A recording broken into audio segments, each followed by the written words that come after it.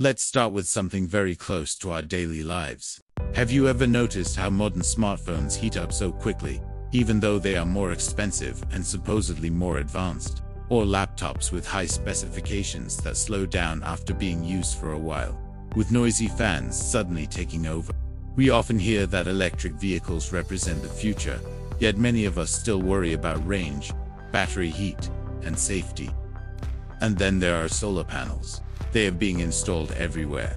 But why does truly cheap electricity from the sun still feel more like a promise than a full reality? So far, the answers we usually hear are, the technology isn't ready yet. It's still in development. Wait for the next generation. But there is one question that is rarely asked. What if the real limitation isn't the technology itself, but the materials used to support that technology? Humanity is not running out of ideas.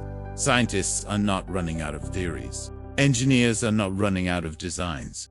What is starting to fall behind is old materials being forced to carry modern technological demands.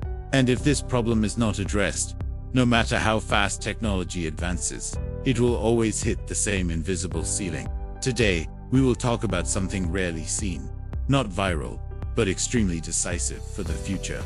Supermaterials. Not as a technical concept, but as a silent foundation that is already shaping our daily lives. If we take a step back, technological progress over the past few decades has been extremely fast. Processors are smaller and more powerful. Data can be processed in seconds. Artificial intelligence learns from billions of data points. Yet, alongside this progress, the same problems keep appearing everywhere: heat, energy, waste, short lifespan, and rapid degradation. This is not a coincidence. Modern technology operates under far more extreme conditions than in the past. Higher electrical currents, greater heat, smaller and more densely packed structures. At the same time, many of the materials we still use are refinements of materials developed decades ago. It's like continuously upgrading the engine, while the frame and foundation remained largely the same. At this point, the research community began to realize something fundamental.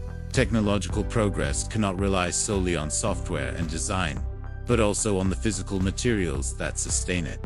This is where the term supermaterials emerges. In simple terms, supermaterials are designed not just to be strong, but to remain stable, efficient, and reliable when technology is pushed beyond old limits. They are not magical objects. They are practical answers to the limitations of conventional materials. Now the question changes. No longer what are supermaterials, but where do we experience them in everyday life? Almost everyone has experienced a phone heating up exactly when it is most needed.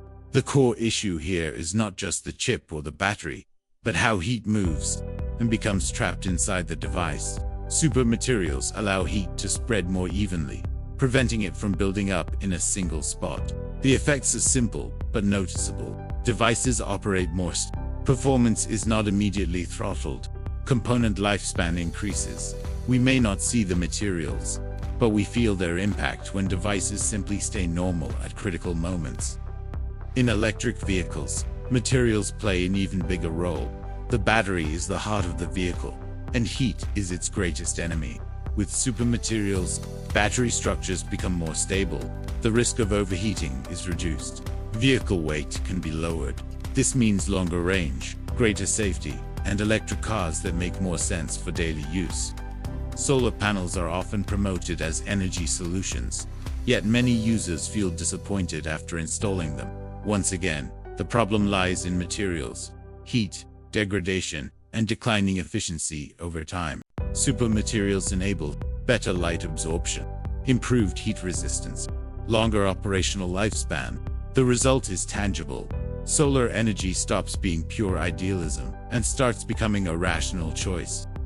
In medicine, materials directly affect safety and quality of life. Lighter implants, more durable tools, and sensors comfortable enough for long-term use all depend on material performance. The same applies to infrastructure. Bridges, roads, and buildings become safer and more resilient when materials can withstand time and environmental stress. At this stage, supermaterials research no longer asks, is it possible? But rather, can it be used safely, at scale, in the real world. Over the last few years, major research institutions have made this shift very clear. Institutions like MIT, Stanford, and the European Materials Research Society now focus less on laboratory perfection and more on whether materials can survive years of heat, stress, and repeated use.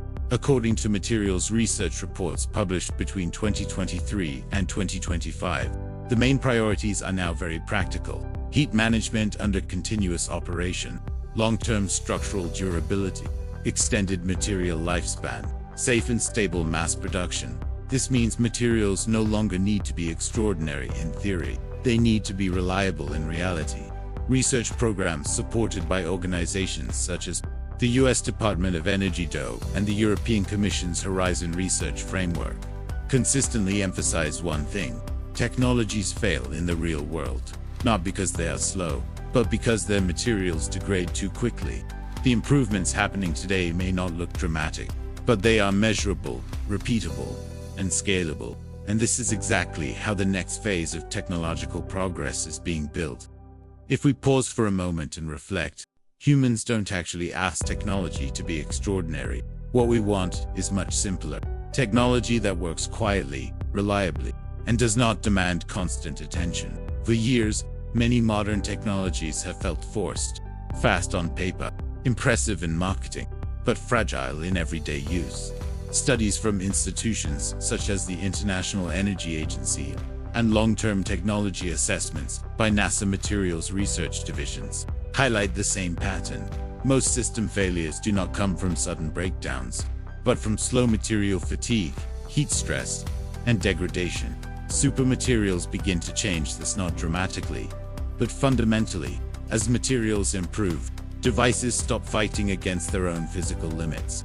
Energy systems become more stable and predictable. Performance becomes less about peak numbers and more about consistency over time. Research from MIT's Materials Science and Engineering Department shows that when material stability improves, maintenance costs drop, replacement cycles slow down, and user trust increases. And this is when technology starts to feel natural. We worry less about overheating, less about rapid failure, less about constant upgrades just to keep up. Not because innovation has slowed down, but because the foundation has finally caught up. Historically, this is how civilizations truly advanced, not through sudden breakthroughs alone, but through infrastructures and materials that can quietly support progress for decades. We live in an era of big ideas, but ideas without strong physical foundations will always stop at the same limits. Supermaterials may not be visible, they are not viral, they are not sensational, but they determine whether future technology can truly be lived with, or remains just a promise on paper. Civilizations are not limited by the ideas they imagine, but by the materials capable of supporting those ideas.